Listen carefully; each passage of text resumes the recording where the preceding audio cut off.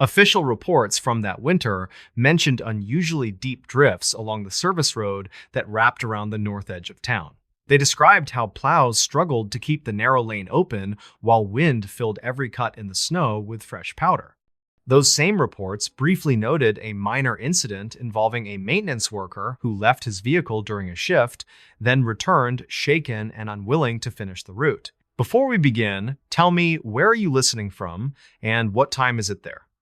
The worker was named Darren Cole, 36, employed by the Municipal Works Department for nearly a decade. He was known as steady and practical, the type of person who did not exaggerate storms or complain about long hours.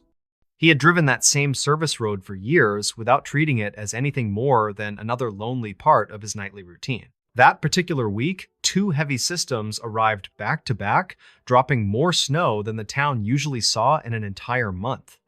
The plow crews worked rotating shifts, circling through neighborhoods and outlying roads until their eyes burned from watching white lines appear and vanish in the headlight beams. Darren volunteered for extra hours because overtime pay would help him catch up on bills. On the third night of the second system, temperatures fell sharply as the wind shifted across open fields. Snow formed high ridges along both sides of the service road. In some places, the drifts rose taller than the cab of Darren's truck. Where plows carved through those ridges, parallel walls of snow created what everyone called tunnels, open above but hemmed in closely on both sides. Darren started his route just after dusk with a thermos of coffee and a rough plan to clear the road twice before midnight. The first pass went smoothly, though the walls beside him felt higher than usual. Headlights painted the snow any color but natural, giving the tunnel sections an artificial glow. He kept the radio low and focused on maintaining a steady speed, letting the blade shove heavy curls of snow off the edge. By the time he turned for the second pass, wind had begun driving loose powder back into the cut corridor. The road looked narrower than it should, a pale stripe between towering banks that leaned inward in some sections. He drove slower, mindful of the blind corners and the fact that emergency support would take longer to reach this stretch if anything went wrong. Near the midpoint of the route, the road dipped slightly toward a shallow drainage line. Snow always drifted deeper there. Tonight, the plow headlights revealed a section where the walls had doubled in height, forming something closer to a full snow tunnel than an ordinary cut. The banks on both sides curved overhead, nearly touching in the center, leaving only a narrow open seam to the sky. Darren felt his shoulders tighten as he approached. He radioed a quick update to dispatch, more out of habit than concern, mentioning that the drifts near Marker 7 were higher than usual. Static crackled for a moment, then the dispatcher answered with a bored acknowledgement. No warnings, no extra advice, just routine confirmation that someone heard his voice. He eased the heavy truck into the tunnel, watching the walls squeeze closer in his side mirrors. The blade scraped the packed surface, sending small ripples through the snow beneath the banks. Wind outside the cut roared above, but sounded muffled here, like distant surf. For a few seconds, it felt almost peaceful. A still corridor carved through frozen weight.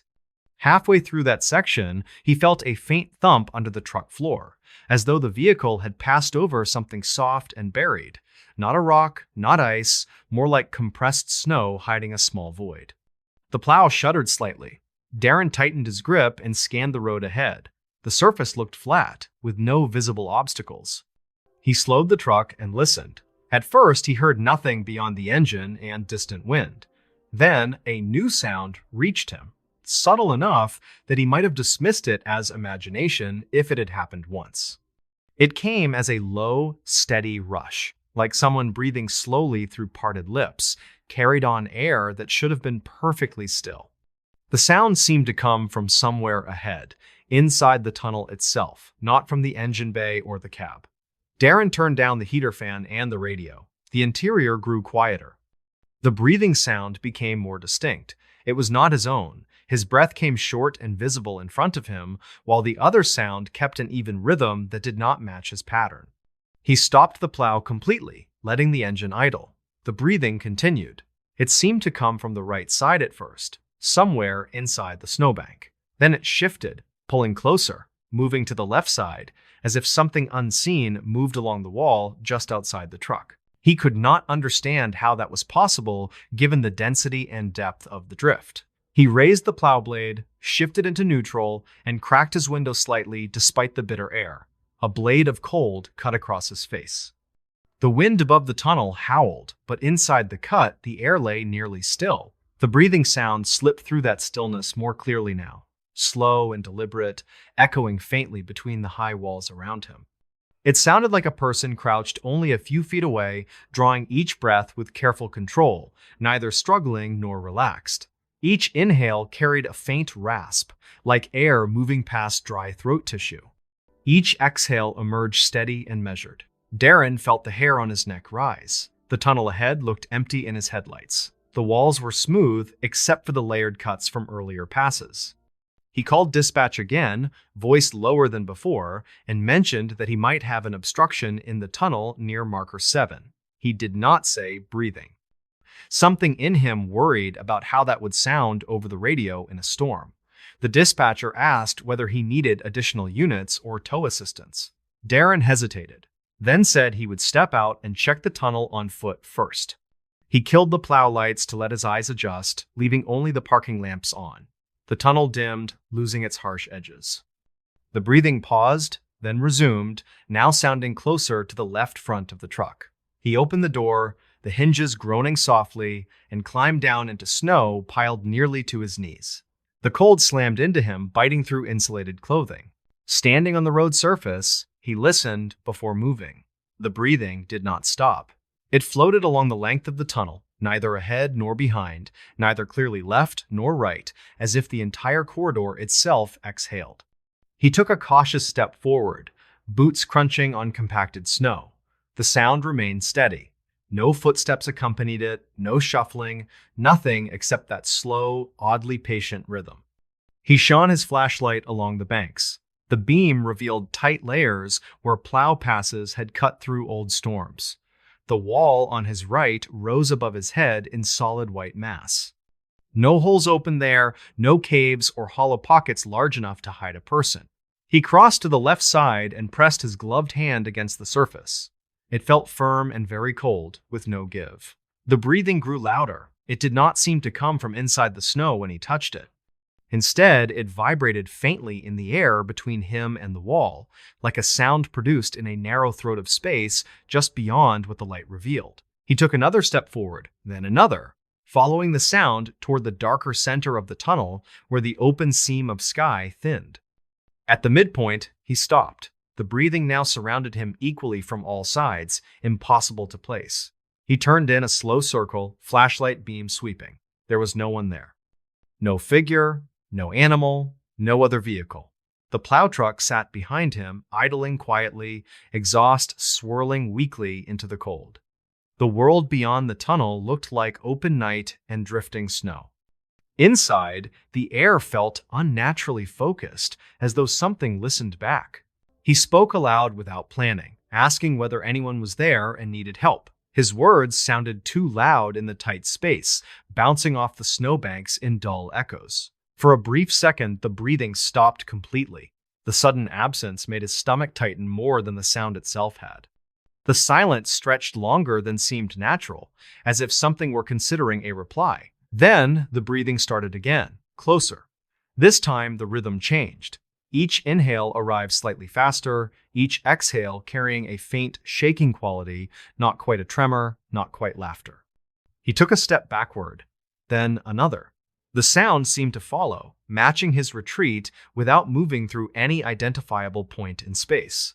It reached his back before his feet did. When he reached the truck, he grabbed the door handle with clumsy urgency and climbed back into the cab. As soon as the door shut, the breathing muffled but did not vanish. It seeped through the glass and metal as though distance barely mattered. He turned the headlights back on. The tunnel ahead looked exactly as before, a carved channel in high snow, empty and pale. Darren considered reversing out of the tunnel and calling the route complete. Yet the thought of backing through that narrow corridor while the unseen breather moved somewhere just outside his field of view made him feel worse. He decided to drive straight through, quietly promising himself he would not stop again until he reached open ground. He lowered the blade, shifted into gear, and pressed the accelerator gently. The truck moved forward, engine noise rising. The breathing quickened in response. It matched his speed, climbing in tempo with the plow, always at the same relative distance from the cab. When he glanced at the side mirrors, he saw only the tight walls sliding past inch by inch, as if the tunnel itself were closing. As he neared the end of the cut, the walls began to lower. More of the sky appeared above, and the wind's true voice poured into the cab. With each foot of progress, the breathing weakened, replaced by the normal roar of the storm. By the time the road opened fully and the snowbanks fell away, the strange sound faded entirely, swallowed by the larger noise. Darren kept driving until he reached a wider turnout where he could safely stop. He parked there and rested his head on the steering wheel, eyes closed, hands still tight on the leather. He told himself the breathing had been his own pulse in his ears, magnified by stress. He told himself the tunnel walls had changed the way sound behaved. He told himself he would accept those explanations without testing them further. At the end of the shift, he returned the plow to the depot and completed his log. The route report showed minor difficulty in drift sections and one brief stop near marker 7 for visual inspection. He wrote nothing about hearing another presence in the tunnel. He hesitated twice, pen hovering, then left the line empty. When the supervisor asked casually about conditions, he simply replied that the drifts were high but manageable. That might have been the end of it if not for what happened the following week. Temperatures rose slightly, causing the upper layers of the tunnel walls to slump inward. Another driver, a younger worker named Ellis, took the same route during an afternoon shift. Transit cameras mounted on the plow recorded the roadway for routine review, capturing sections of the tunnel as he passed.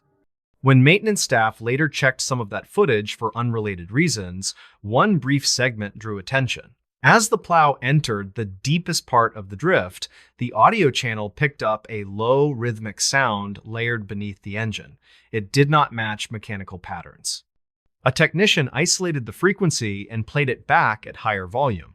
The result sounded remarkably like a person breathing close to the microphone. Ellis did not remember hearing anything unusual during that pass. The sound had been too faint under normal conditions, yet the recording existed, tied to a specific location and time within the tunnel. Someone from the department showed it to Darren, unaware of his experience. As the audio played, the back of his neck prickled. The rhythm matched what he remembered exactly. He later returned alone to marker 7 in calm daylight, parking his personal vehicle at the edge of the cut. The once towering walls had shrunk significantly, though packed remnants still rose above his shoulders. He walked the length of the corridor slowly, breathing shallowly, listening. There were no strange sounds. The snow felt heavy and dumb, shaped by plows melting at the edges. Nothing about it seemed capable of holding a voice. Still, he noticed a subtle detail near the midpoint where he had stopped the plow that night. The packed snow at the base of both walls showed shallow, rounded impressions, not from tires, not from shovels. They appeared in paired markings as if something had rested there with weight distributed evenly. The shape reminded him of knees pressed into soft material, though no stride pattern connected them. He took photographs with his phone and stood there longer than he wanted, hoping the tunnel would feel entirely ordinary again. It did not. The absence of sound in that section never felt like normal quiet. It felt like the air held its breath along with him, waiting for something to speak first. Officially, the department kept only the audio clip and a vague note about acoustic anomalies in deep drifts. They attributed the sound to wind harmonics moving through a narrow cut combined with microphone distortion. In meetings, nobody used the word breathing. Off the record, a few workers refused to drive that route during night shifts anymore, arranging schedule swaps whenever possible. Darren continued working for the department, but avoided that corridor through the rest of the winter, offering to take routes closer to town. He told people he was tired of the remote sections, that the longer drives wore on him. When he did have to pass marker 7 in daylight, he kept the cab sealed and the radio slightly louder than necessary. He never walked into another snow tunnel on foot. Whenever heavy storms built new corridors along the ridge, he watched them from the cab only, keeping his distance from their quiet centers. During calm nights at home, when wind slid along the eaves and through the narrow gap by his window frame, he sometimes caught a faint rhythm in the sound, slow and measured, like someone drawing breath just beyond sight. Each time he heard that subtle pattern, he reminded himself that snow and wind could play tricks on hearing, that tunnels altered acoustics in complex ways. Then he would turn on another source of noise and focus on anything else that did not involve confined white walls and unseen lungs. ChatGPT dapat membuat kesalahan, periksa info pent. In this news story, in the County Search and Rescue Office, there is a thin folder that looks almost empty among thicker reports about storms and falls. The label on the spine lists a January date and a short description, a single line about a lone hiker found disoriented near the frozen river. Someone later added a pencil note in the corner, only 2 words that are easy to miss among the stamps and signatures. The words say strange tracks. The hiker was named Emery Dole, 34 years old, who worked repairs for a small appliance shop in town. He usually spent his days fixing old heaters and refrigerators, traveling between houses that looked the same from the outside in winter. On his days off, especially after long weeks inside warm rooms, he liked to walk along the river where the cold felt clean. The river cut a shallow trench through the valley, wide enough to look impressive, not wide enough to draw tourists from far away. In summer, the water moved steady over scattered rocks, turning orange in late sun near the bridge. In winter, once the temperature stayed low long enough, ice formed from both sides until it covered most of the surface, leaving only narrow open channels. Locals walked near the river often, but few trusted the ice. Everyone in that part of the state knew stories about early thaw and hidden currents. There were old warnings in school lessons about weak spots that looked solid until a boot pressed hard on the wrong patch. Signs near the most popular trail told people to keep off the ice completely. Emery respected that rule most winters. He stayed on the bank path, watching the snow-covered surface from a safe distance. This particular season felt colder than usual, however, and the ice had remained unbroken for weeks. He saw snowmobiles cross upstream once where the river widened near the flats. He saw fishermen drill near the calmer bends and set their stools without comment from anyone nearby. The day of his long walk started clear and bright, the kind of sharp sky that appears between storms. The morning news mentioned temperatures far below freezing, safe enough for temporary ice routes, according to the cautious voice of the local forecaster. Emery decided to take advantage of the clear air and follow the river farther than he usually did. He parked his old truck near the small lot by the trailhead and stepped out into clean snow that squeaked under every step. Frost coated the railing near the sign that told visitors not to trust what they could not see. A breath of wind slid along the valley floor, moving loose powder in small curls around his boots. He zipped his jacket higher and pulled a wool cap down over his ears. The trail along the bank showed signs of other walkers from earlier mornings, though new flakes had softened most of the marks. Dog prints crossed human prints at odd angles, creating small loops that led back toward the town. Everything felt familiar and simple. Bare trees lined the upper slope, their branches holding a light dusting that fell whenever the wind shifted suddenly. As he walked, Emery checked the ice periodically.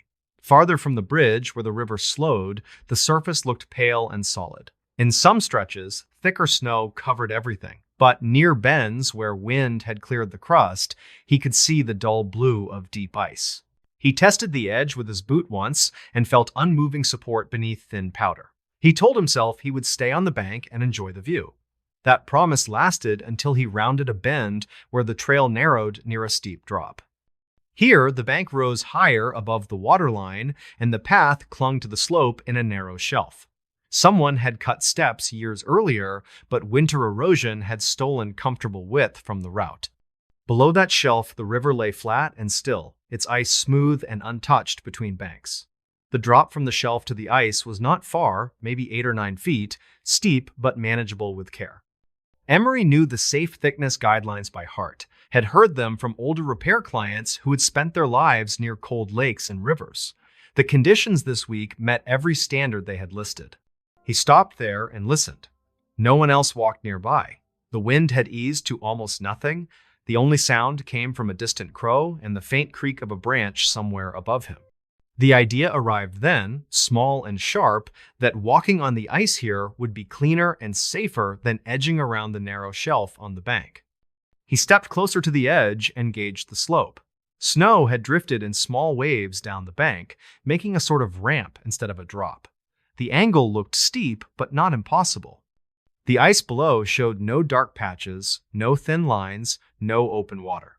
He thought of the snowmobiles upstream, of the fishermen sitting calmly on metal chairs, legs braced on holes they had drilled themselves. Then he saw the footprints. They crossed the ice ahead in a perfect line from one bank toward the other, starting near the place he watched and heading toward a stand of brush on the opposite side. They looked fresh, edges sharp. Each step pressed deep into the top layer of snow, spaced with the regular rhythm of a person who knew the route. The line started not far from where he stood, as if someone had climbed down earlier from the same shelf. Each print showed the outline of a boot with a simple tread.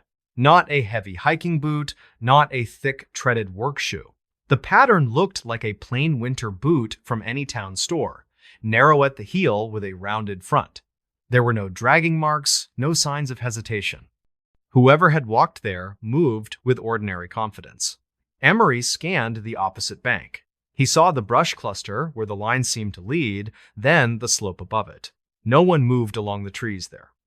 No tracks climbed the far bank toward the line of taller trunks. The footprints ended at the brush and did not restart on the other side. It was as if the walker had stepped into the cluster and never left. Curiosity tugged stronger than caution then. The line of prints across the empty river felt like a sentence without a last word. He told himself someone could have stepped up between bushes, leaving no clear marks on the steeper rise. He told himself he only wanted to check the thickness, to satisfy the part of his mind that hated unanswered questions.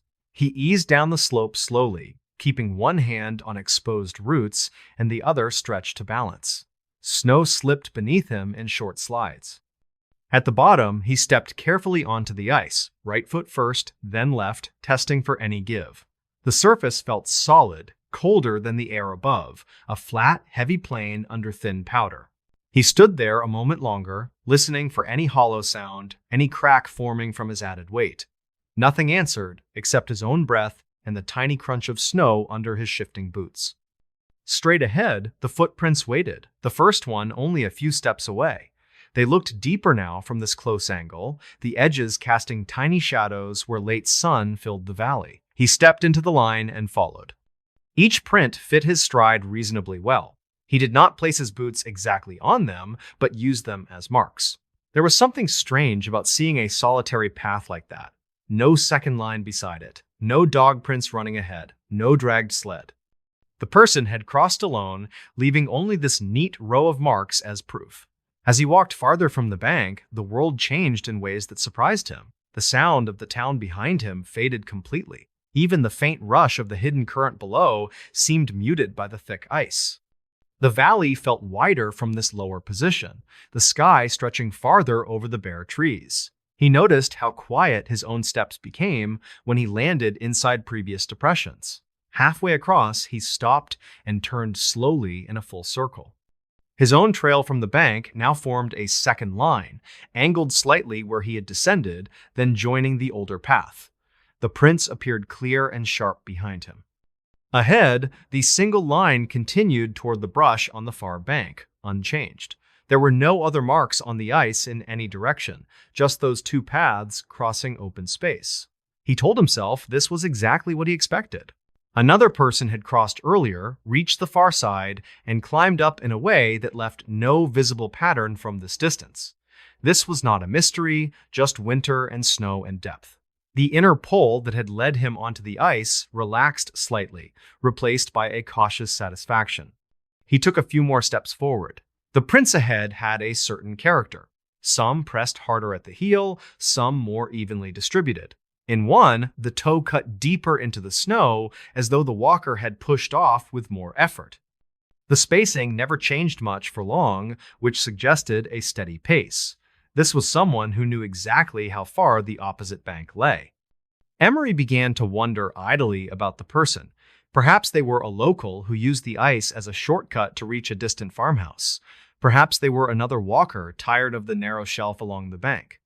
Maybe he would find faint traces of their climb on the far side. He imagined seeing a fading outline near the brush, the last sign before the slope. As he neared the center of the river, the ice beneath his boots felt thicker, the surface more rigid. He allowed himself to breathe easier and picked up his pace slightly. The footprints ahead continued with the same unbroken rhythm, leading him outward, the empty valley stretching in quiet arcs around him. Then something changed. It was not a sound at first, but a feeling.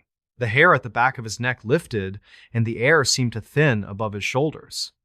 He felt suddenly aware of his spine, of the exposed space behind his coat, of the way sound might carry in the open without shelter from trees or banks. The feeling was not an obvious alarm, more like the sensation of someone reading over his shoulder. He stopped in mid-step and listened. There was nothing for a moment except the faint hiss of distant wind across bare branches and the low hum of blood in his ears. No crack from the ice, no call from the banks, no approaching engines. He stood there, 1 foot half forward, boot nose hovering over the next print, and tried to find a reason to move again. In that stillness, he became aware of his own footprints behind him in a new way. He knew exactly where they lay on the ice. He knew how far back the first one sat, close to the bank. The idea came uninvited, sharp and unwelcome, that if he turned now, he might see something different than simple tracks leading from the shore. He told himself this thought was foolish. Footprints did not change between glances. Snow did not rearrange itself so precisely. The mind made tricks out of empty space when given too much quiet. That was all. He forced himself to take 2 more steps forward, placing his boots firmly into the stranger's path, then stopped again. The feeling behind him grew heavier, more defined. It did not feel like wind. It did not feel like the vague unease of open space. It felt like the weight of eyes on his back, steady and focused, as though someone stood very still a short distance away. The urge to turn became almost physical, an itch under every layer of clothing. He turned. The movement came faster than he meant, almost a jerk. As he spun, his boots slipped slightly on packed snow, but the ice held. His eyes found the far bank first, then the line of trees. He completed the circle and looked along the path he had walked from the shore. His breath caught in his throat, leaving the next inhale thin and tight. The older footprints, the ones he had been following, did not begin near the bank as he remembered. They began almost directly behind him now. The line of deeper depressions curved away from his current position, crossing the ice in the opposite direction toward the shore that had once held their origin. They sat neatly between his own tracks. His own footprints still led from the bank to his present spot, a clear trail of boot shapes pressed into snow. But between every 2 of his prints, a second mark now rested, slightly deeper, slightly narrower, as if someone had stepped there afterward, matching his path under closer control. The original single line that had lured him onto the ice was gone. He stared, trying to find where his memory and the marks diverged. When he had first stepped down from the bank, there had been 1 set of tracks heading away, crossing the river. He had seen them clearly. He had stepped near them. Now there were 2 parallel lines behind him that looked like a staggered pattern of 2 people following the same course. The closer he studied them, the more he realized that the second set, the deeper ones, did not overlay his exactly. They adjusted slightly within each space, shifted half an inch to the side, as if the unseen walker had no interest in concealment. The arrangement read almost like someone walking at his heels, close enough to match his steps, but not close enough to bump him. Cold seeped through his clothes in a way that had nothing to do with air temperature. Emery turned slowly in another circle, scanning the empty ice around him. No person stood within sight. The banks showed only untouched snow and the distant dark of trees. The sky above remained clear. He was alone in the valley. He looked down again. The newer prints behind him were fresh, edges sharp, untouched by drift. If someone had placed them after him, they had done so in the last minute, maybe less, while he stood facing forward. There were no prints leading toward him from the bank or from any other direction. only his original line with these impossibly neat additions. Panic nudged through his chest, quick rhythm pushing heat into his face. He considered running, then imagined the results of a fall on ice and stopped that thought.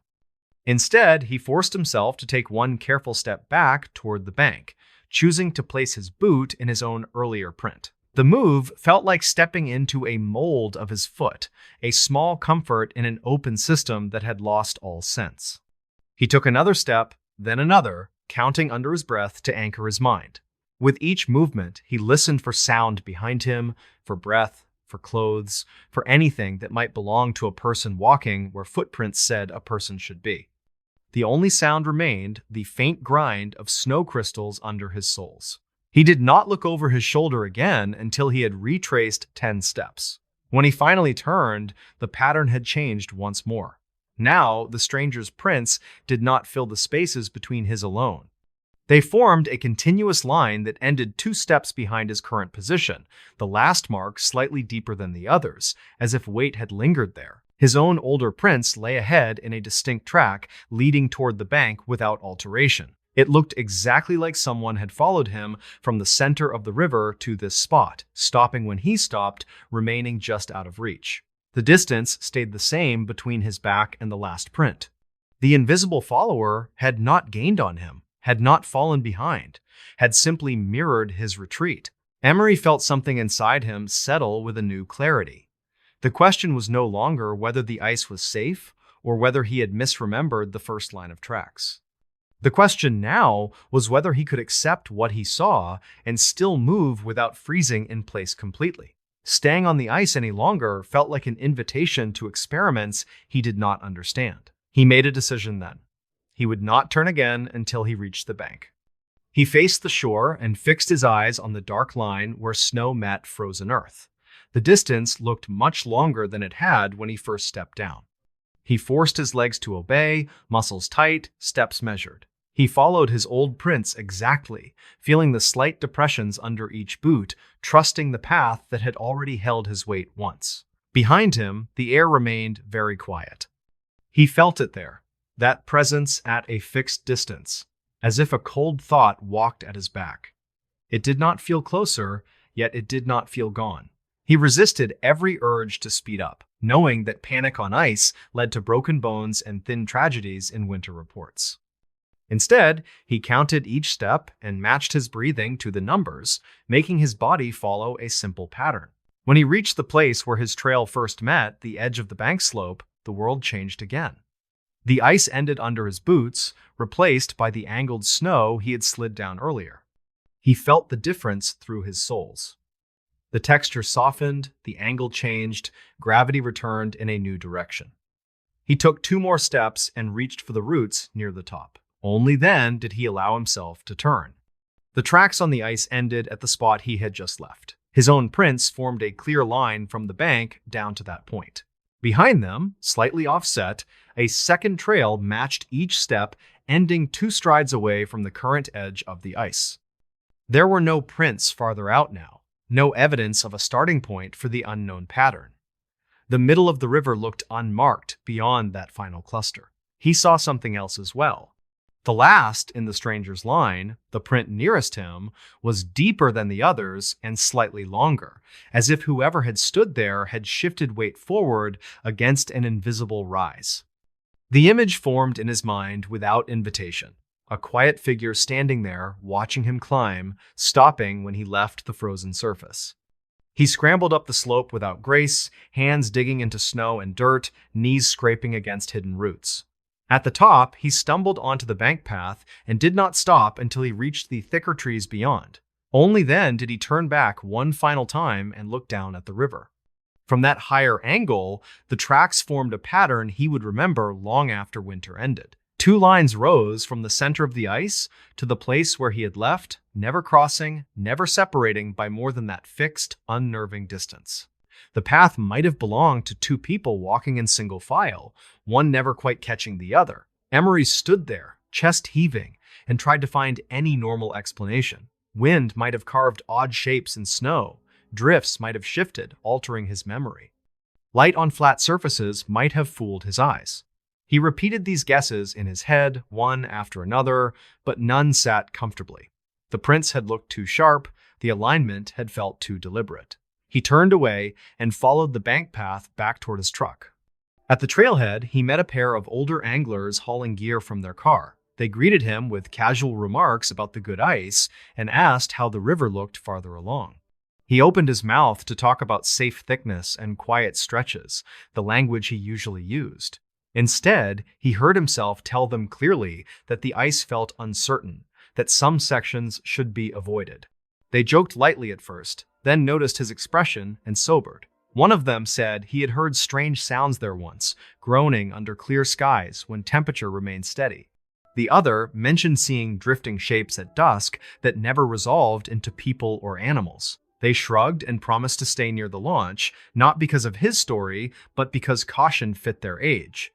Later, at home, Emery tried writing down what happened. He drew the river, the banks, the lines of footprints. Twice he stopped, pen held above the page, because he realized his hand wanted to put the starting point for the stranger's prints behind him instead of near the bank. Some part of his mind insisted that the trail had never really begun anywhere he could see. When he finally filed a brief note with the search and rescue office, he left out details about felt presence and shifting origin points. He simply mentioned unusual footprints on the ice, a pattern that suggested a second person walking close behind without any visible entry track from the bank. The coordinator on duty raised an eyebrow, then added a page to a thin folder and marked the map with a small caution sign. As winter eased and the river ice broke in long, slow sheets, the tracks vanished. The water carried away every mark made that season. People returned to the bank path in lighter coats, their minds on spring rather than on the shapes pressed into snow months earlier. Emery still walks near the river, though he stays on the bank now even when the ice looks thick enough for trucks. When he sees a lone line of prints across any frozen surface, he treats it as a story that does not need his part. He lets unanswered questions remain where they are. Sometimes, when the path is empty and the wind falls completely still, he feels the old sensation again, that weight at his back, measured and patient. He turns quickly every time, eyes searching the path behind him. The snow there always shows only one trail, his own, unless he thinks too long about the spaces between each step. In this news story, the official police log described it as a welfare check that did not lead to any criminal finding, just an anxious homeowner and an unidentified visitor who left before officers arrived. The short entry did not mention the year on the name the visitor asked for or the way that name had already stood on a stone for more than 3 decades. The homeowner was named Rena Calder, 36, who worked as a clerk at the small county records office downtown. She lived alone in a narrow 2-story house on the edge of an older neighborhood where most families had stayed for generations. The house had belonged to her grandparents before passing through one relative after another until it reached her. Rena had grown up hearing stories about the place, stories about long summer evenings on the porch and heavy winters when snow pushed against the front door. When she moved in, she found boxes of old documents in the attic, deeds and letters, and brittle photographs that smelled like dust and slow time. Working in records, she felt oddly at home among them. The night everything happened began quietly enough. It was midwinter, and a thin crust of snow covered the yards along her street. A new storm had been forecast for the early morning. Nothing severe, just another layer added to the old one. Rena spent the evening sorting through a box of family papers in the dining room, sipping tea while the house settled around her. By midnight, she had grown tired and decided to sleep. She rinsed her mug, checked the stove twice, and locked the front door out of simple habit. Her phone rested on the nightstand upstairs, screen face down, set to vibrate for emergencies at the office. Outside, the street lamp near her driveway buzzed softly as its light turned the snow a washed-out yellow. The neighborhood usually went quiet by 10 at night. By the time Rena lay under her blankets upstairs, only the hum of the furnace and the distant rush of the highway reached her. She drifted towards sleep, thinking about a land transfer file she needed to finish the next day, one involving a parcel older than most of the modern records in her system. Sometime later, she surfaced from sleep with no clear reason at first. The room was dark except for a thin stripe of light from the hallway night bulb. The furnace had paused between cycles, leaving the house in a stillness that felt slightly too complete. She checked the clock on the nightstand and saw that it was a little after 3 in the morning. As she lay there, trying to decide whether to get up for water, she heard it, a sound from downstairs. Not loud, not violent, just out of place. 3 slow knocks on the front door, each one spaced evenly, each one resonating through the old wood and up the staircase. The sound was gentle but deliberate, like the mannerly knock of someone raised to respect sleeping households. At first, Rena thought she had imagined it, some fragment of dream still clinging to waking ears. Then the knocks came again, the same sequence, slightly louder this time, as if whoever stood outside had decided the first attempt had simply gone unheard. The house absorbed the sound, carrying it along the banister and into the hollow space under the stairs. Rena sat up, heart beginning to race. No one visited at that hour, not in this neighborhood, not without calling first. She listened for a car engine outside, for footsteps, for any hint that a neighbor might need help. There was only the ticking of the hallway clock and the faint hiss of wind moving against the eaves. She considered ignoring the sound and waiting for whoever it was to leave. Then she thought of emergencies, of relatives who might be in trouble, of mistakes in the office that sometimes reached her even at strange hours. Working with old records, she had seen how quickly small events could turn important, how easily one overlooked detail could become critical later. With that in mind, she slid out of bed and pulled on a sweater, her bare feet cold against the floor. The knocks came again as she stepped into the hallway, quieter now, almost apologetic. She moved down the stairs, each tread creaking in the familiar way. At the bottom, she paused and looked toward the frosted glass panel set into the upper half of the front door. Through the milky glass, she could make out a darker shape on the porch, tall and narrow, lit faintly by the street lamp at the edge of the yard. The outline suggested a person standing close to the door, facing it directly with that particular stillness that belonged to late-night visitors. The thought of opening the door without seeing the face made her stomach tighten. Rena switched on the small lamp in the entryway, sending a warm circle of light across the floor. She approached the door slowly and called out, asking who was there. For a moment, there was no answer, only the hush of snow outside and the faint rattle of a loose branch somewhere near the porch. Then a voice spoke, muffled through the wood, but clearly male and measured. He said he was sorry for the hour, that he was looking for someone, and that he had been told this was the right house. His tone sounded oddly formal, careful with each word, like someone who had practiced the sentence beforehand. Rena stayed behind the locked door and asked who he was looking for, still unwilling to unbolt anything until she knew more. The name he spoke next did not belong to anyone currently on her street, at least not in the usual sense. He asked for Clara Calder, said he had come a long way to see her, and added that he believed she still lived there. The name struck Rena like a cold breath.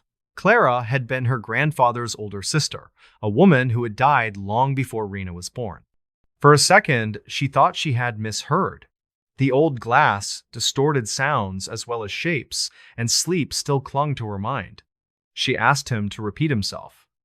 Again, he said Clara's full name, including the middle name that only appeared on certain older documents. He pronounced it correctly, with the same soft inflection her grandfather had used in stories. Rena's hand tightened on the doorknob. Clara had lived in the house decades earlier, according to family records. She had died in late winter, during a year when snow lay deep along the sidewalks and funeral processions moved carefully between drifts. The death certificate for that year still sat in one of the boxes upstairs, yellowed but legible, her age frozen in ink. She asked the visitor how he knew Clara, forcing the question past a throat that suddenly felt dry. There was a pause, longer than before, as if he needed to consider how to answer. When he did speak, he said he had worked with her long ago, that he had owed her a visit, and that circumstances had delayed him. His voice wavered slightly on the last words, then steadied. Rena felt a chill that had nothing to do with the house temperature. She thought of the boxes in the attic, of the old photographs showing Clara standing outside the same front steps with other people whose names had been lost. She searched her memory for any story involving someone who owed Clara a visit, some unfinished business that might explain a stranger at her door now. While she stood there thinking, the man outside knocked again, once this time softer than before. He asked if Clara was resting and said he did not mean to disturb her if so. The way he used the word resting sounded less like ordinary sleep and more like the careful language people used when speaking about the dead without saying the word. The tone suggested he did not know which condition applied. Rena decided it was time to see his face, at least through glass. She moved to the side window near the door and eased the curtain aside a fraction. Snow reflected the street lamp, giving the yard a muffled glow. On the porch stood a man wearing a dark coat buttoned to the throat, no hat, his hair dusted with flakes. His posture was straight, hands folded in front of him, not shoved into pockets against the cold. His face did not look particularly strange. He appeared to be in his late 40s, with pale skin and tired eyes that blinked slowly in the light from the house. He stared at the door, not at the side window, as though fixed on the threshold itself. There was nothing obviously threatening in his stance, yet something about his stillness made Rena reluctant to open anything between them. She let the curtain drop and returned to the door, still speaking through wood and glass. She told him that Clara did not live there anymore, which was technically true if not complete. The man asked when she had moved. Rena said she had passed away many years earlier. Her voice sounded thin in her own ears, as if it had to cross more than the air between them. The man outside fell silent. For several seconds, no sound came from the porch. Rena held her breath, listening. When he finally spoke again, he asked a question that lodged under her skin in a way she could not shake later. He asked whether Rena was sure. He asked it calmly, not challenging, just confirming, as though death might have been a temporary condition misreported in his absence. She told him she was very sure that Clara had died before she was born, and that her grave stood in the older part of the cemetery on the hill. She heard unsteady breath through the door, a soft intake, and then the faint scrape of his shoe on the porch boards. It sounded like someone adjusting weight in surprise, trying not to make more noise than necessary. He said he had thought the date could not be right, that he had expected some mistake, because the last time he had seen Clara, she had seemed very much alive. He did not mention when that last time had been. Rena, who handled dates every day at work, realized that for his statement, to be honest, he would have had to be older than he appeared. She asked him when he had last seen her, expecting the answer to reveal a misunderstanding. He grew quieter, then said he had seen Clara in a winter very much like this one, with the same kind of snow along the sidewalks and the same light at the corner of the street. His tone suggested he spoke of something recent, not an event buried in distant decades. At that point, Rena's practical mind rebelled. She told him clearly that Clara had died in a specific year, naming it, and that the family records at the county office confirmed it. She said she could show him the copy if he returned during normal hours. She heard him repeat the year under his breath, slowly, like someone adding a column of numbers and finding a total that did not match expectation. He then asked for Rena's full name, politely, and when she gave it, he repeated her surname with a familiarity that made her wonder how far his knowledge reached. He asked if she had ever handled property records for this house, which of course she had. She explained that the house had remained in the same family for a long time, passing from one Calder name to another. He said quietly that meant she had likely seen Clara's signature somewhere tucked among the forms. Rena pictured the old deeds upstairs, the earlier hand signing in dark ink, the loops and lines of someone who had learned to write at a different time. She thought of the way her own name now sat beneath those, another link in a chain that stretched back farther than she had considered before. The man on the porch shifted again, the boards creaking lightly. He thanked her for the information and said he was sorry to have disturbed her rest. His politeness felt genuine, yet edged by something else. Perhaps disappointment, perhaps confusion. Rena assumed he would leave at that point. Instead, after a brief pause, he asked if he might ask one more question. She hesitated, then agreed, because refusing a question while a stranger stood outside in the cold seemed harsher than she felt. He asked whether Clara had died in the house or elsewhere. The specificity of that question sent another chill through her. She thought of the death certificate again, of the line listing place of death. She told him it had been the house, according to the form, peacefully, with family present. He exhaled audibly, the sound carrying a complicated mixture of relief and grief. He said that meant she had not been alone, which had been his fear. Then, very softly, he said he was sorry for being late. The words hung there between door and porch, between past and present, heavier than any apology for a simple social delay. Rena did not know how to respond to that.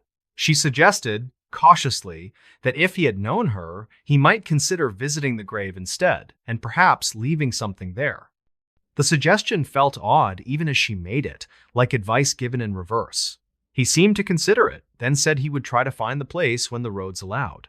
After that, he grew quieter. He thanked her again for answering, wished her a good night, and hoped the storm would not cause trouble with the pipes.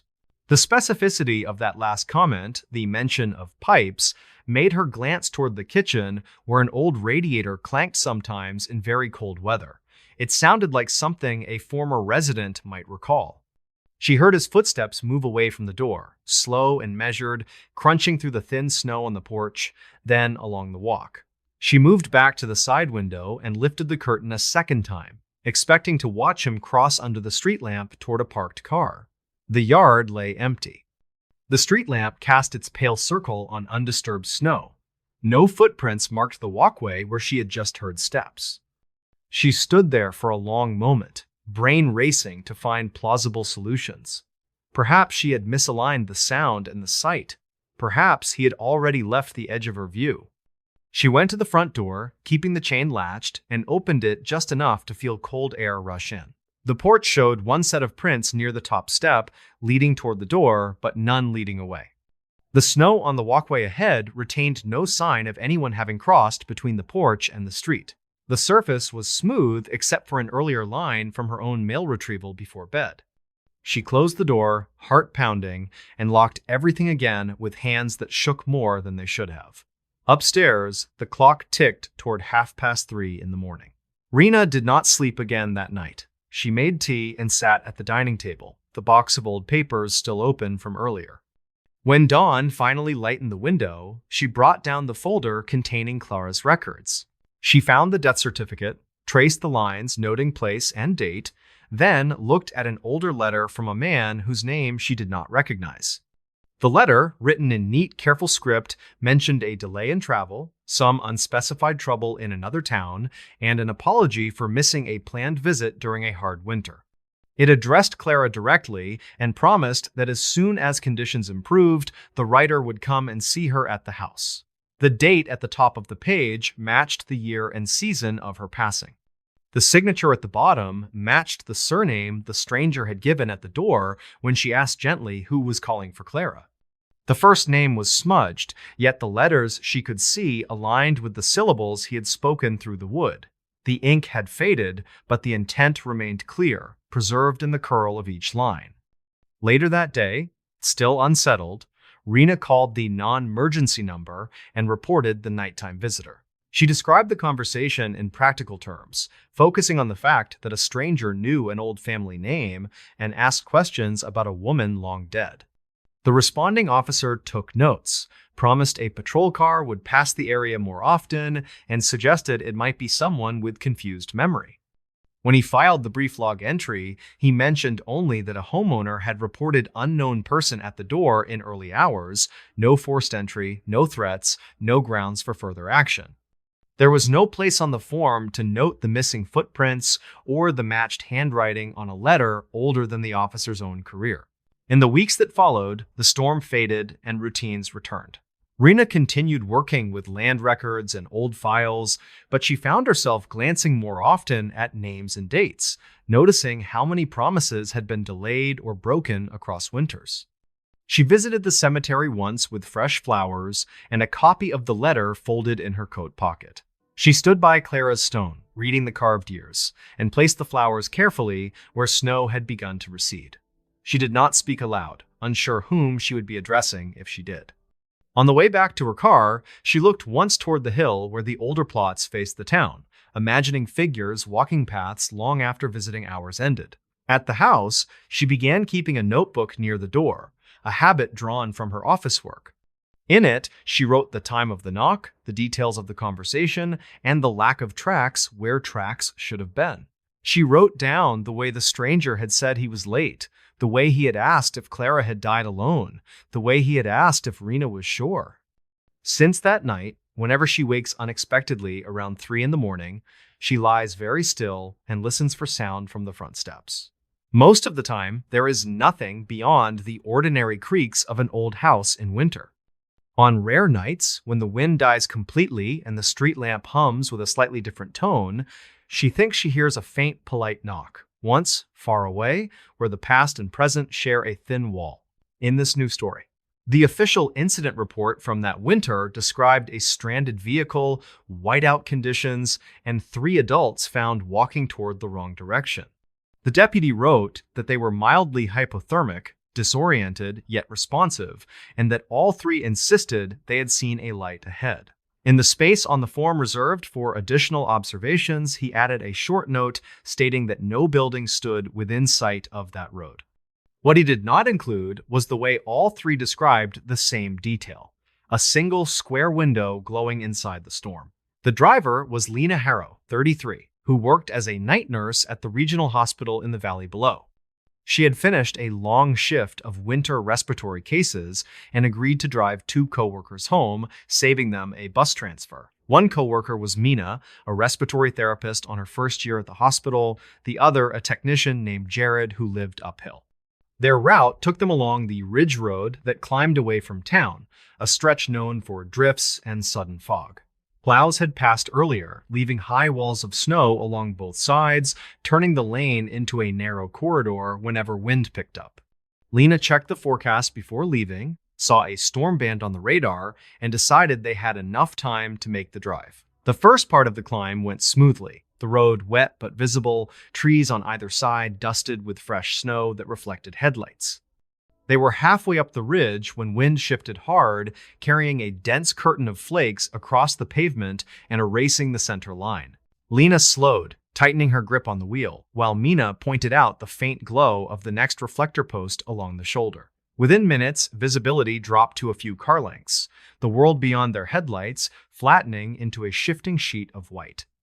Lena considered stopping, then remembered stories about rear impacts when cars disappeared inside sudden whiteouts along that stretch. She chose to keep moving slowly, eyes locked on the faint rise of plowed snow that marked the right edge of the lane. Mina fell quiet, her earlier chatter about difficult patients swallowed by the wind, while Jared checked outside through the fogged side window. The storm intensified faster than any of them expected, flakes now swirling in tight patterns, driven by gusts that rocked the small car. At one point, the headlights reflected off something ahead that looked like solid brightness instead of open air, and Lena braked hard. They realized it was another drift blown across the lane, higher than the bumper, the car losing traction as it pushed into the ridge. The wheels dug in, spun briefly, then stopped, the engine shuddering as dense snow packed under the chassis and around the tires. Lena tried reverse, felt only a slight slide, then nothing, the car settling deeper as if the snow had hands holding its frame. Wind hammered the windows, snow curling past the mirrors in streaks, while the outside world beyond the windshield turned into moving white noise. For several minutes, they sat listening to the engine idle, the heater fighting against air that seemed colder than the forecast promised. Jared suggested rocking the car forward and back, but the attempt only sank the tires more firmly into the unseen trench beneath. Lena cursed softly, then reached for her phone, hoping for a signal strong enough to call the non-emergency line in town. The screen showed one weak bar that came and went, emergency services available, yet voice calls refusing to connect through the storm. She tried sending a text instead, pinning their approximate location between 2 familiar mile markers, then watched the sending icon spin. There was no way to know whether it had left the phone, no confirmation, just the storm and the dull hum of the fan. Jared checked his own device, saw the same feeble signal, then suggested they might need to consider walking if help could not find them. Lena hesitated, knowing stories of people who left stranded cars in whiteouts and wandered away from the road toward deeper trouble. Mina wiped a clear patch on her side window, peered into the swirling snow, and said it felt like being inside a shaken bottle. Minutes stretched, the car slowly cooling as their breaths fogged the glass, all three listening for any distant sound of another engine. The only noises came from wind and the occasional soft thud of packed snow sliding lower along the outside of the doors. It was during one of those quiet stretches that Mina said she thought she saw a light, a real one, not a reflection. She leaned forward, pressing her face nearer the windshield, squinting past the wiper streaks toward the side of the road beyond. Lena followed her gaze and, for a moment between gusts, saw it too, a small square of warm yellow hovering in the white. It looked exactly like a cabin window lit from inside, steady at first, then flickering once as if someone moved near a lantern. The light seemed to be located down the slope from the road, maybe 50 yards away, partially veiled by roped sheets of snow. Jared twisted in his seat, watching the same patch, and agreed that it did resemble a window, not headlights or a distant sign. In that moment, the idea of another shelter felt like relief, an anchor, a clear direction in a world that had turned shapeless. Lena said it might be one of the older cabins she remembered from childhood, someplace she had forgotten on the hillside. She reasoned that if someone was home down there, they might have a landline, or at least clearer access to the lower road. The engine idled unevenly now, the fuel gauge lower than she wanted, the heater beginning to lose ground against the encroaching cold. They decided quickly, more from instinct than full logic, that walking toward the light seemed safer than waiting in a buried car. They wrapped themselves in spare blankets from the trunk, pulled hats lower, zipped coats high, and stepped out into the blizzard together. The wind hit them with almost physical force, pushing sideways, making it hard to keep their bearings on the invisible lane underfoot.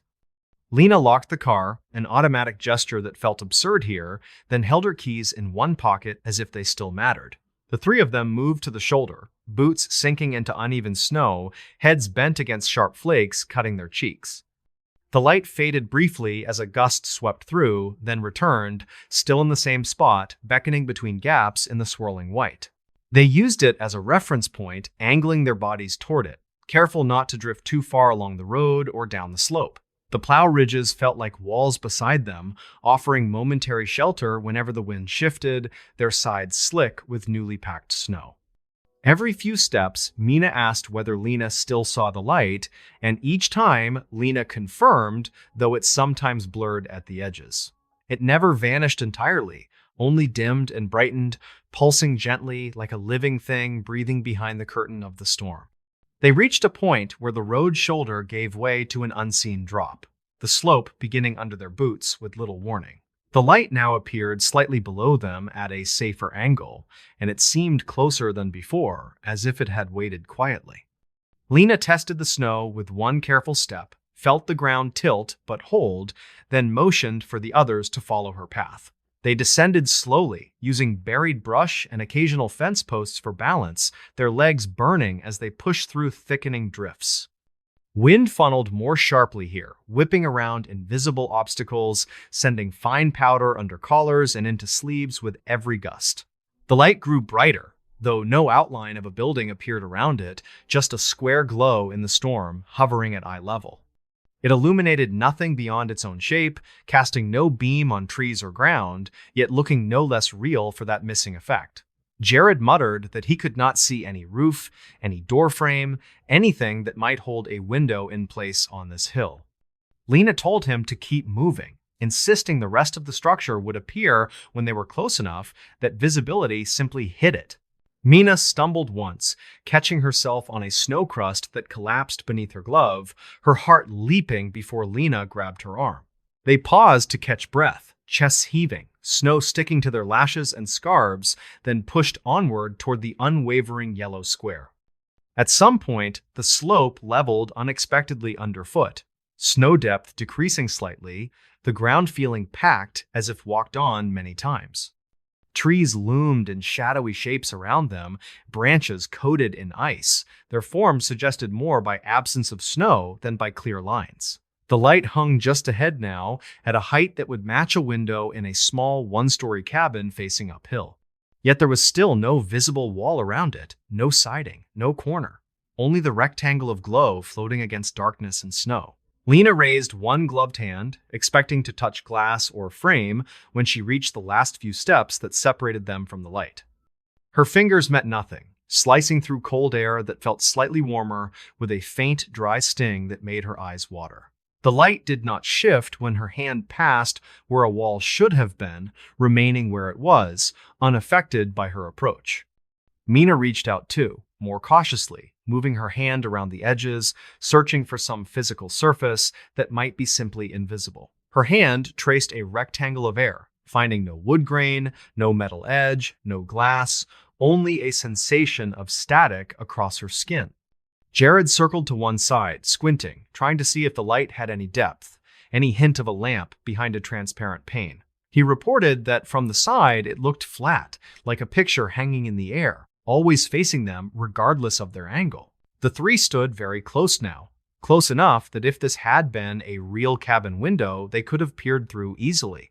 Instead, when they leaned in, they saw only brightness, not blinding, just a steady, warm tone that revealed no interior, no silhouettes.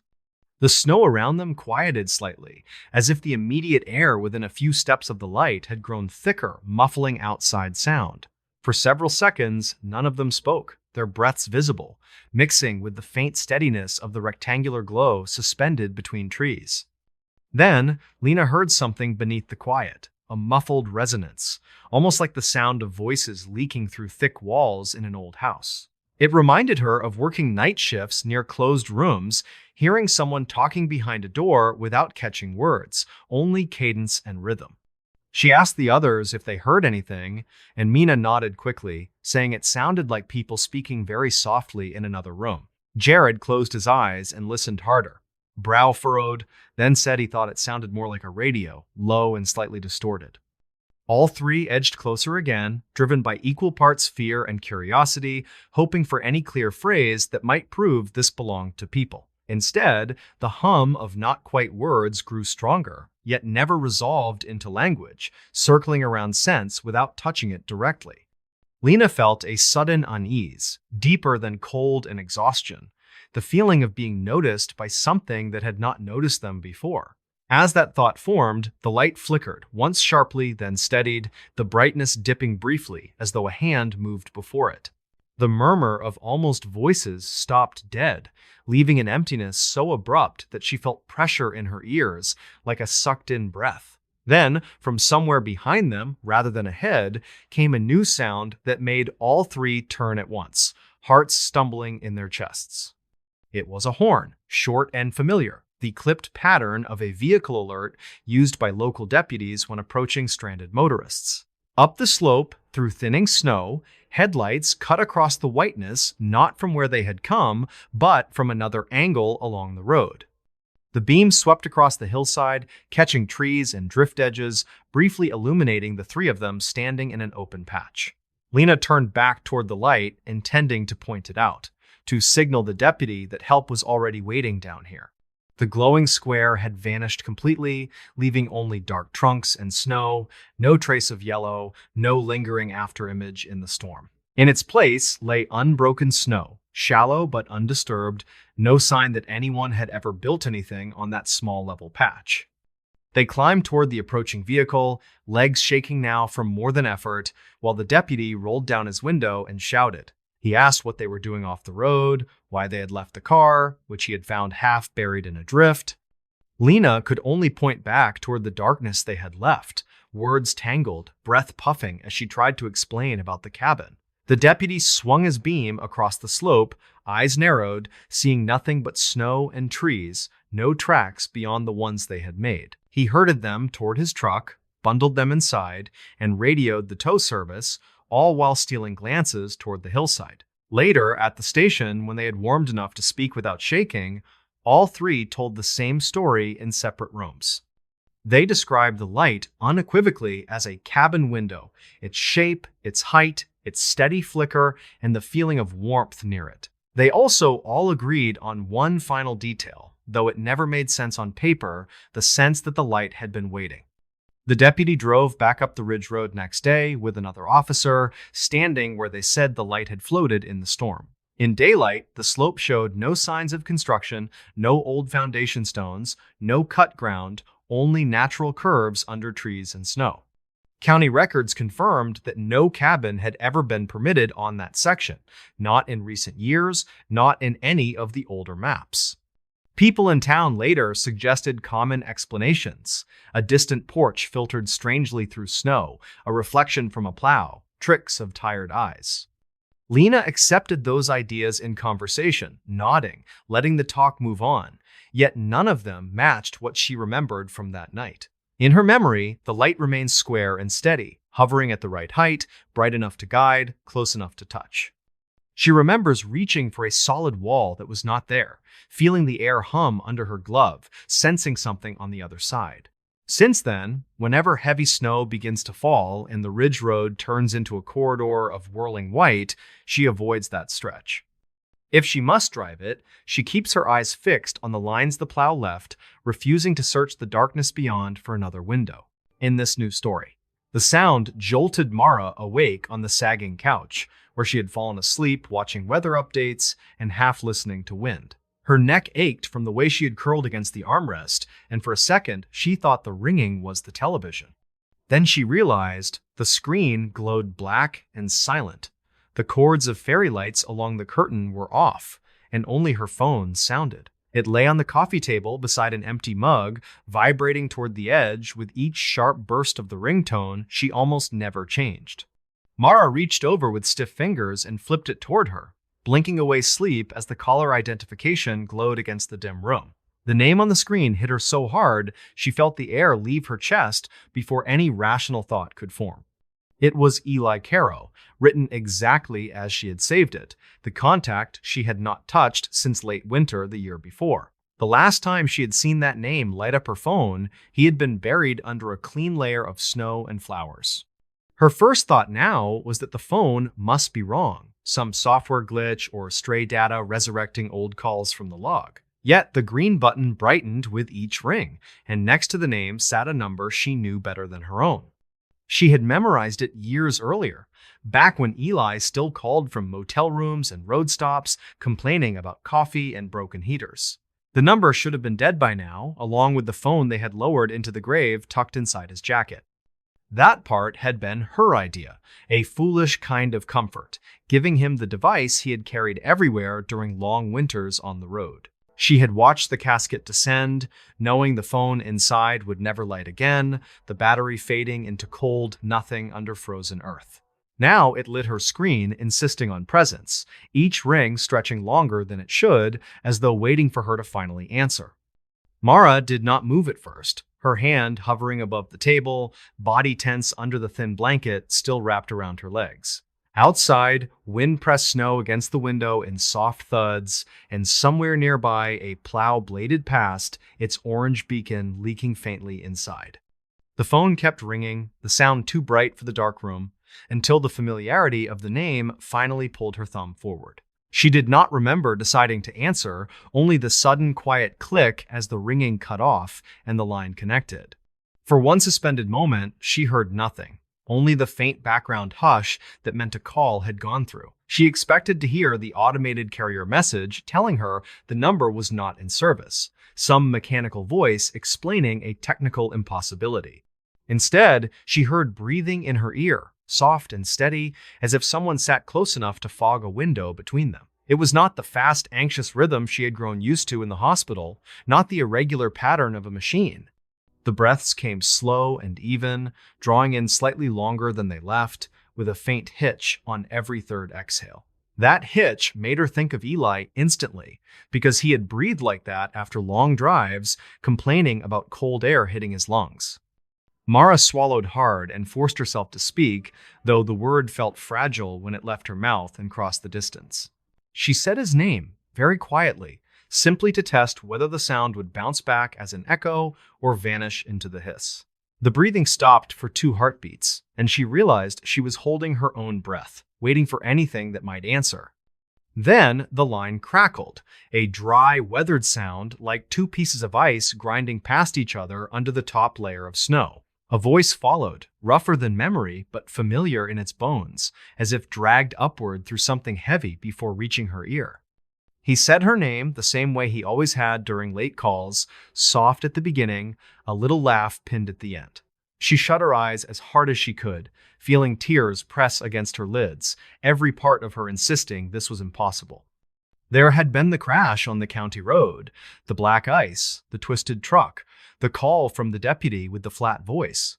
There had been the viewing, the closed casket, the pastor saying words about rest and peace, breath misting over people in their winter coats.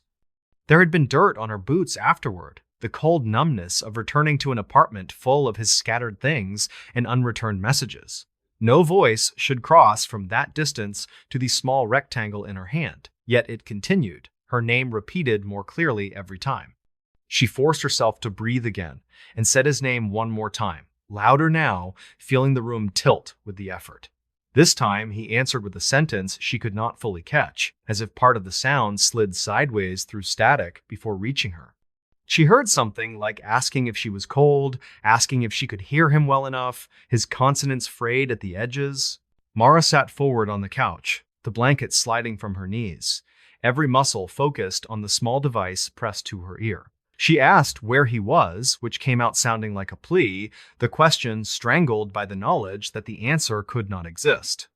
There was a long pause in which she heard only the breathing again, quieter now, like someone speaking through layers of cloth. Then he said something about snow and about being almost at her door, the words dragging as though weighted by distance. Her head snapped toward the apartment door automatically, even though the deadbolt was turned and the hallway beyond should be empty. The peephole showed nothing but a dim smudge of yellow from the stairwell light, distorted by frost forming around the glass edge. She told herself he could not be outside, that this was some elaborate cruelty or a glitch twisting old voicemail into fresh sound. She lowered the phone from her ear long enough to check the call details, the screen still glowing with his name and number. The call timer ticked steadily, counting seconds of a conversation she would not be able to explain to anyone in that town. She lifted it back before the breathing could vanish, afraid that if she disconnected once, the number might never reach her again. Mara asked how he was calling, the question sounding childish even as it left her mouth, like something a child might ask a magician. Eli answered with a phrase she had heard once at a roadside diner when a storm trapped them inside and power flickered constantly. He said lines get buried and still carry signal, and that some wires never stop humming, even when people forget they exist. Then he said her address correctly, including the apartment number she had moved into months after the accident, a place he never visited. She felt her hand tighten around the phone until her knuckles ached because she had not shared that location with anyone from his past. She whispered that he could not know this address, not unless someone had told him, not unless he had stood under her window. For the first time, the breathing on the line changed, quickening slightly, as if the caller were walking through cold air while speaking. He said something about watching light in her window since the first snow, his voice catching on the word first, stretching it longer. Her gaze flicked toward the curtains, where the faint orange glow of the streetlight painted dull stripes across the fabric. Outside, snowflakes drifted lazily now, the earlier wind easing into a gentler fall that muted the city without fully silencing it. She pictured the small courtyard below, the alley beyond, the line of parking spots where her car sat half buried in white. She had looked down there earlier, around 10, when the forecast warned about heavier bands moving in, checking for any restless movement. The space had been empty then, tire tracks already softening at the edges, the world briefly harmless in its familiar shapes. Now, with the phone pressed to her ear, she could not bring herself to cross the room and peek through the curtain again. She asked a different question instead, asking why he was calling now. Why tonight, after nearly a full year of silence? His answer came slower this time. What she caught of it tangled between faint sounds that might have been wind across a microphone. He said the ground was not as quiet as people thought, that the cold made everything thinner, and that some signals rose easier. His choice of words made part of her think of radio towers and frozen soil, of how winter sometimes carried voices over impossible distances. Another part thought of the graveyard on the hill outside town, where plows left high ridges between rows and stones leaned against snow. She had gone there twice since the funeral, once with flowers, once with nothing, standing by the marker with numbers she wished were wrong. During both visits, she had left her phone in her pocket, resisting an urge she barely understood to call his buried device. Now it had called her instead, as though that impulse had reversed direction and reached upward through ice and packed earth. She realized her cheeks were wet only when a drop chilled along the edge of her jaw, cooling faster than it should in the room. Her throat tightened with questions, but the one that escaped first was whether he was in pain, which sounded strange as soon as she said it. There was a soft laugh through the line, flatter than she remembered, like it passed through too many filters before reaching her. He said that cold was a kind of numbness that wrapped everything, that pain was different where he was, thinner, easier to ignore. He started to say something else about darkness and pressure, but the words dissolved into static before she could assemble them. The signal crackled, breaking up into bursts that sounded almost like overlapping voices, others layered behind his in faint, disjointed echoes. For a second, Mara thought she heard another name under his, some distant syllables pulled from a different conversation built on the same line. The call steadied again, his voice returning as if he had been pushed sideways and then guided back to the proper path. He asked if she had kept the photo on her fridge, the one of them at the lake in early autumn before everything shifted. She turned her head slowly and saw it there, held up by a chipped magnet, edges curling from years of kitchen humidity and dust. She had never posted that picture online, had never sent it to anyone else, had taken it with an old camera they'd passed between them. The idea that he could see it from wherever he was made a new kind of fear settle cold between her ribs. She asked again where he was, telling him she needed a word, any word that fit into something the living could understand. He said the town name first, then paused, as though tasting the sound, remembering how it felt when spoken through warmer air. Then he said he was just outside the reception map, close enough to catch a stray bar when conditions lined up the right way. His phrasing made no sense for a place underground, yet it matched how he used to complain about cell coverage during his long drives. He told her the bars came stronger in winter, that buried metal held cold well, and that frozen ground transmitted everything differently. Mara pressed her hand flat against her own chest, feeling her heart hammer against the worn fabric of the sweatshirt she had slept in. The impulse rose again to check the window, to prove or disprove the idea that someone stood in the courtyard holding an old phone. She stood, finally, legs unsteady, keeping the device pressed to her ear as she crossed the carpet in slow, careful steps. With her free hand, she pinched the edge of the curtain and tugged it just enough to open a narrow slice toward the outside. The courtyard lay quiet beneath a thin new layer of snow, lamplight making every small drift glow pale against the darker concrete. Her car sat where she had left it, roof softened by white, windshield wipers frozen at slightly different angles like arrested gestures. No one stood near the building, no footprints crossed from the alley to her door, no shadow moved beyond the puddle of the streetlight. Still, the breathing in her ear continued, unhurried now, as if the caller had settled into a comfortable position somewhere not easily defined. She asked what he wanted from her, the question emerging as a whisper that barely pushed air across the microphone at her mouth. For the first time since the call began, the voice on the line answered quickly, without a pause or static between words. He said he wanted to hear her say goodnight the way she used to, and promised he would not keep her long. The request struck her harder than any talk of graveyards or cold, because it belonged to rituals they had once shared during winter trips. On nights when he stayed in small motels outside truck stops, he had called her from threadbare beds, asking for the last word before sleep. She had usually given it, sometimes grudgingly when anxious, sometimes laughing, always unaware of how finite those repetitions truly were. Now he wanted one more, borrowed from the life that had kept moving without him, layered over static and impossible distance. Part of her wanted to end the call, to sever whatever strange filament connected her warm living room to that unknown darkness.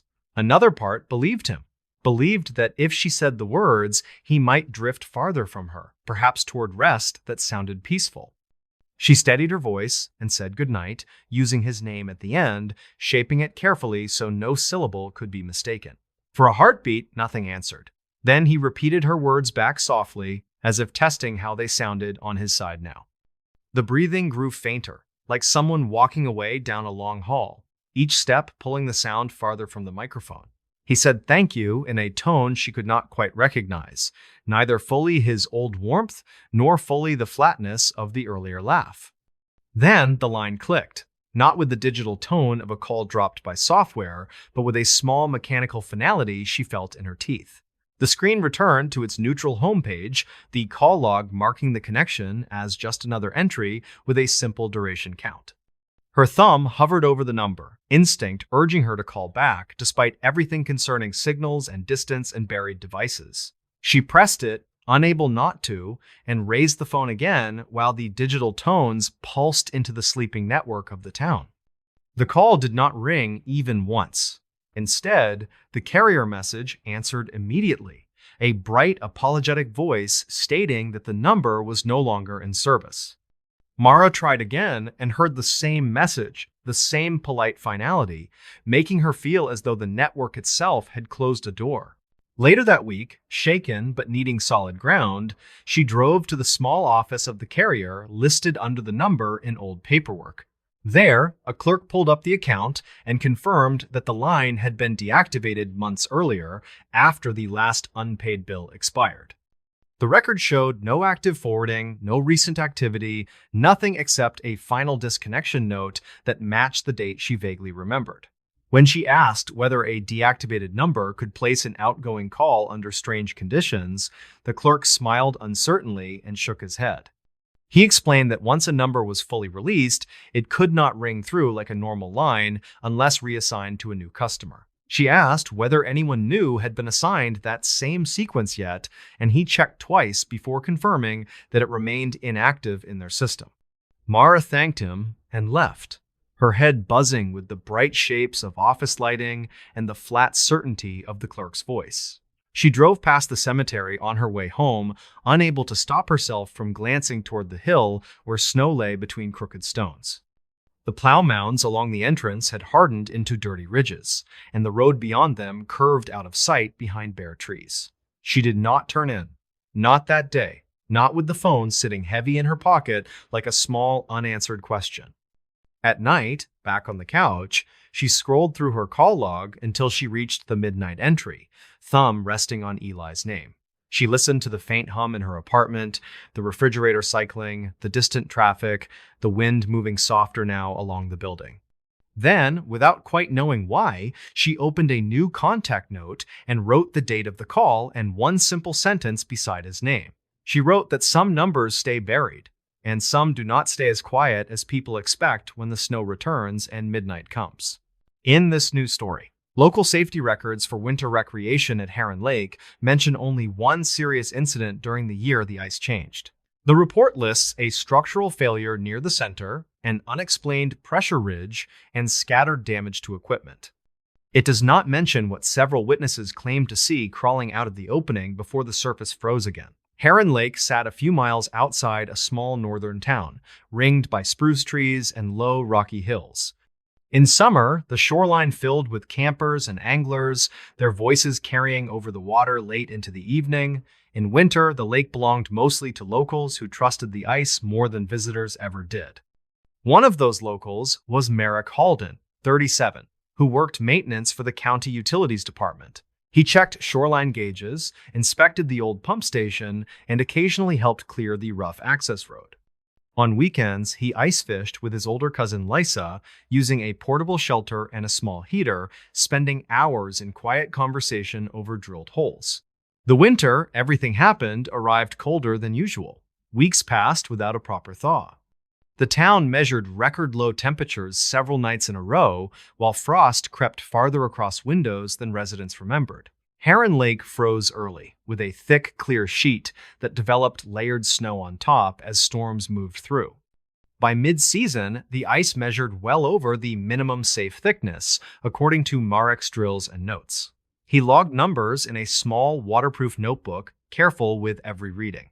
People joked that he trusted the ice more than anyone, yet his caution made him respected as well. When he said it was solid, anglers felt comfortable walking out with heavy gear.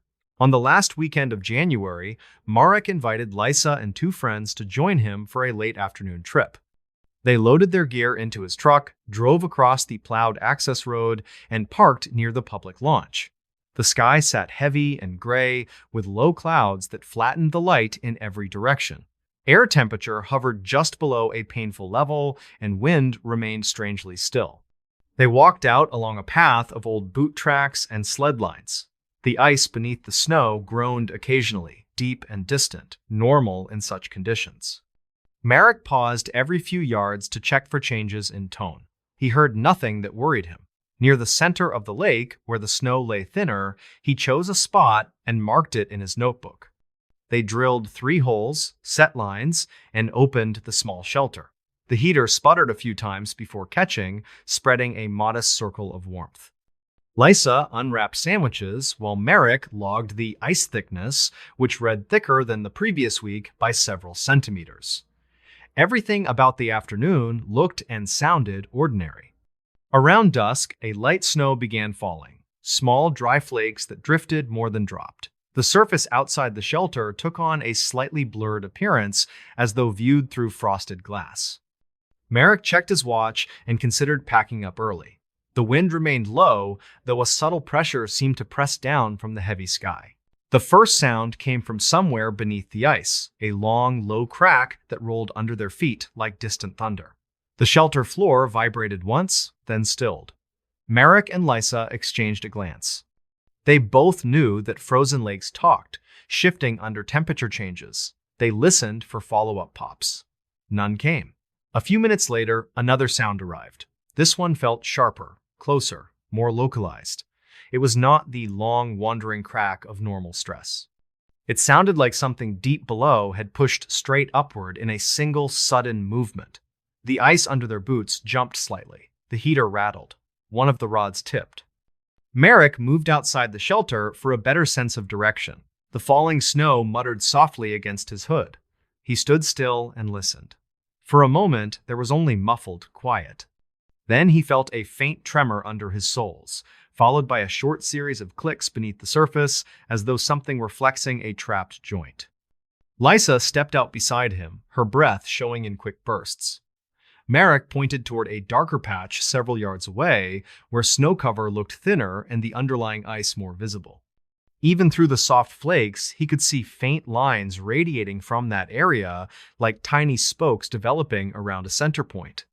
Another crack sounded, louder now, accompanied by a visible shiver in the ice. The spokes lengthened. Snow near the center slumped slightly as hidden fractures shifted. A thin white plume of frost rose from the surface, surprising Marek more than the sound. It looked exactly like cold breath exhaled through a narrow opening. He told everyone to reel in their lines and step back, keeping their voices calm but firm. Experienced anglers knew better than to stand near fresh cracks. They gathered their gear quickly, hearts beating faster, feet shuffling across the snow. Marek remained closest to the strange patch, his attention locked on the subtle movements. The plume repeated, a short rush upward. Then, without warning, the ice within the spoke circle dropped several inches, forming a rough bowl. Cracks widened with a sound like tearing cloth. Dark water surged up through the center, pushing broken shards aside. The liquid should have sloshed with messy chaos. Instead, it rose in a strange controlled dome. The water surface bulged upward, rounding inside the fracture ring. Slush froze instantly along the edges, growing fresh crystals that climbed while the middle remained fluid. The effect looked impossible given the temperature and the sudden exposure. Marek felt his throat tighten. Every instinct said to run for shore, yet something in the slow, unnatural motion held him frozen in place. Within that bulging dome, something moved. Not a fish, not debris. A darker shape pressed against the inside of the rising water, distorting its surface without breaking through. The shape drifted upward, pausing near the top, then slid sideways. Wherever it moved, frost formed in branching patterns along the dome, like veins tracing its path. Lisa grabbed Marek's arm and urged him backward. Her voice sounded thin and far away, almost swallowed by the air around them. Merrick allowed himself to step back, though his eyes never left the dome. The other two anglers had already retreated farther, boots crunching rapidly toward the safer path. The dome reached about knee height, wobbling while holding its form. Then, the top split in a clean line, not jagged like normal cracking ice. It opened like a seam, folding slightly outward. From within, something long and narrow pushed through, moving with slow, deliberate strength. It resembled an arm at first glance, yet the proportions were wrong. The emerging limb lacked clear joints, though it bent and flexed in sections. Its surface looked slick, darker than the surrounding water, with an odd sheen that did not match wet skin or scales. Frozen crystals formed along its length as it touched the air, clinging in patches that grew and then fell away. At the end, instead of a hand or fin, several tapered extensions spread outward, testing the cracked rim. As that first limb pulled itself higher, a second followed beside it, then a third overlapping slightly behind. Each moved in rhythm, not chaotic, not flailing. They pressed against the fractured surface, bracing as more of the hidden body rose through the opening. The water around them remained oddly smooth, disturbed only where the limbs displaced it. Merrick finally found his voice and told everyone to keep moving, to head straight for shore without running. He had no idea why he added that last instruction. The words emerged automatically, as if something about the scene demanded quiet retreat rather than frantic escape. Lysa obeyed, though her eyes stayed locked on the opening for as long as possible. They moved slowly backward, breath loud inside their hoods. The thing continued to rise. A main mass followed the limbs, its outline vague, as though wrapped in a shroud of thickened water. No clear head or face appeared, yet a sense of direction radiated from it. The limbs felt around the cracked edges, gripping in ways that imprinted faint grooves into newly freezing ice. For a moment, the entire shape paused halfway out of the water, balanced on those extended supports. Snow landed on it and slid away rather than sticking. The air nearest the opening shimmered slightly, like heat mirage above pavement, completely wrong for the temperature around them. Merrick felt pressure in his ears, similar to what he experienced during elevation changes in mountain drives. Then, just as slowly as it had risen, the shape began to sink back down. The limbs withdrew piece by piece, movements reversing with unsettling precision. Each tapered extension released its hold, leaving narrow channels in the fresh frost. The main mass rolled downward, vanishing into the dark water. The dome collapsed inward without splashing, its surface smoothing over with unnatural speed. Within seconds, the opening filled with a slush that froze so quickly, Merrick could see the transition crawling across the surface. The spoke pattern remained faintly visible beneath the new ice like a ghost image. The air around them felt different, almost lighter, though no change in wind speed explained it. None of them spoke until they reached the more familiar section of the lake near the public launch. Even then, conversation came in short, broken phrases. One of the friends insisted they had seen some unknown trapped gas release that pushed water upward in a freak event. Lysa countered that gas did not crawl or probe with that many moving parts. Marek said nothing until they reached the truck. Once inside, with the heater running and their hands shaking, they decided to alert someone beyond their group. Marek called the county safety officer, a practical man named Daryl, who had grown up in the region. He reported an unusual ice failure near the center of Heron Lake, stressing the need for immediate closure signs. He did not attempt to describe the thing that had crawled partway out. The next morning, county personnel and one state specialist visited the site. They walked out cautiously with bright vests and marked poles, measuring and photographing. The weather had turned clearer, though the cold remained intense. Merrick joined them reluctantly, feeling both responsible and unwilling to face that spot again. When they reached the approximate location, the surface appeared stable, yet something about the ice texture looked wrong. The fracture ring remained visible, though filled in by a slightly different color of frozen material. The spokes had thickened overnight, turning into firm ridges radiating outward. In the center, a faint depression persisted, as if the ice had settled over an old pocket rather than rebuilding evenly. One of the specialists tapped the surface with a metal rod and listened. The sound that came back lacked the clean, solid ring of thick ice. It sounded hollow in the center with a strange, dampened echo.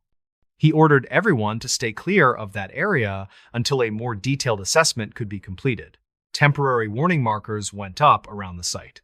Later analysis assigned the event to an unusual upwelling of supercooled water from a deeper layer, combined with accumulated gas pockets and stress fractures. The official language framed it as rare but natural. None of the formal writing mentioned limbs or crawling shapes. Merrick read the report twice and felt his jaw tighten more with each paragraph. Over the following weeks, other odd details emerged. One angler who fished near the safer edge of the lake reported that his sonar occasionally showed a dense moving mass passing beneath the ice, larger than any known fish group in the area.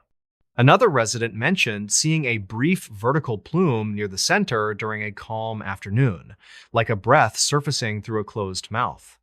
As winter dragged toward late season, people visited Heron Lake less frequently. The county never fully closed it. Yet quiet warnings spread by word of mouth. Merrick continued his maintenance duties, though he avoided walking near the marked ring unless required. When he did, he kept his steps light and his eyes on the surrounding trees rather than the ice. The first meaningful thaw arrived in early spring, when daytime temperatures finally climbed above freezing. Meltwater pooled on top of the ice and drained through pressure cracks. The ridges along Heron Lake slumped. Flooded shorelines reflected gray clouds like broken mirrors. Officials planned the timeline for opening the launch to boats again, confident that the worst of winter had passed. During that period, one more incident occurred. A pair of teenagers walking along the shore in late afternoon reported seeing something unusual near the Central Depression. They described a patch of meltwater that remained completely still despite wind stirring every other puddle. Within that still patch, ripples appeared from nowhere, radiating outward in perfect circles as though raindrops fell through an invisible ceiling. The teenagers claimed that as they watched, tiny wavelets formed against the underside of the remaining ice, pushing upward as if something below tested the thinning barrier. No obvious shape appeared, yet the motion looked coordinated rather than random. They left quickly and told a parent who mentioned it to Merrick during a hardware store visit. By summer, the lake lost its ice entirely. Boats crossed the same area without incident. Anglers cast lines where the fracture ring once sat. Sonar displays showed ordinary structures and familiar fish. Official attention moved on.